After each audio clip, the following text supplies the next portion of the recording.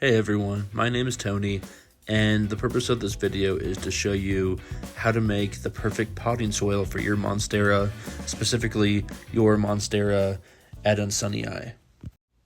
I got this plant a few months back as a rescue, and my goal is to bring it back to life, at least the soil.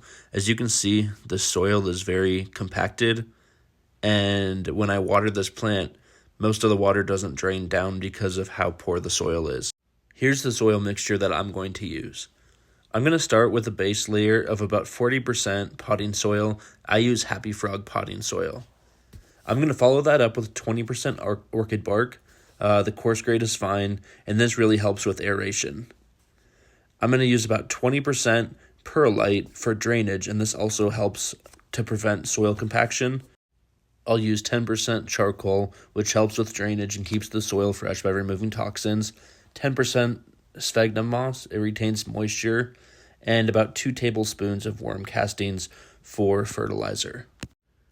I first need to get this Monstera out of its original pot, and this is challenging because I'm using only one hand, and the soil is very compacted, but I'm just loosening up the soil and very, very gently removing the Monstera from its old pot and disposing of the old soil.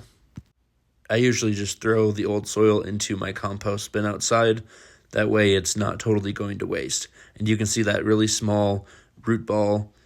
And I know I broke off some of the roots underneath because the soil was just so compact. So we are going to get rid of that for good and replace it with something much better.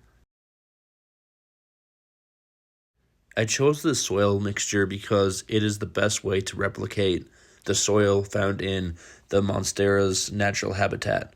So the Monstera Adansonii is one of the few types of Monstera that's not exclusively found in the lab. You can actually find them in nature in the jungles of South and Central America. My container that this Monstera is going into is approximately 20 cups.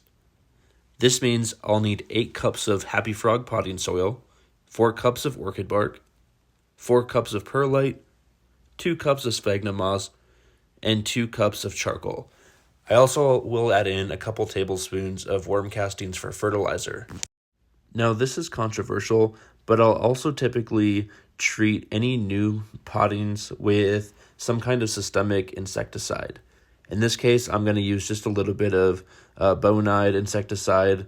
It's a systemic, so after I water the soil, the insecticide will go down into the soil and get absorbed by the plants. So when some of those pests bite into the leaves of the plants, they get poisoned and can't reproduce. Now, I would only use insecticides on something that I'm not going to eat. So I wouldn't use this on vegetables and I wouldn't use this on herbs. But I will use this on my houseplants. And I know there's controversy around this, but I just don't want to put up with having all kinds of insects come out of the soil. Now I just added a little bit of water just to moisten everything up. That sphagnum moss does a really good job of absorbing extra water, while all those other chunky elements like the orchid bark and the perlite provide space for oxygen to get down into the roots, as well as allow for drainage.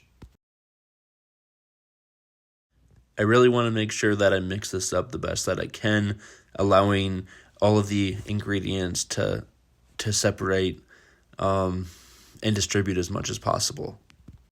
I like to add about 2/3 of the potting mix or so to the pot, and then put in my plant, and then top up the last 1/3 or so, just to ensure that the roots have a lot of space to grow downwards. Now this is going to take a long time before this plant ever gets root bound, and it definitely isn't too big of a container, but I have plenty of light here, and as long as I manage the amount of water that I put into this plant, everything should be good. Now check out the chunky texture of this soil. This plant is going to do just fine.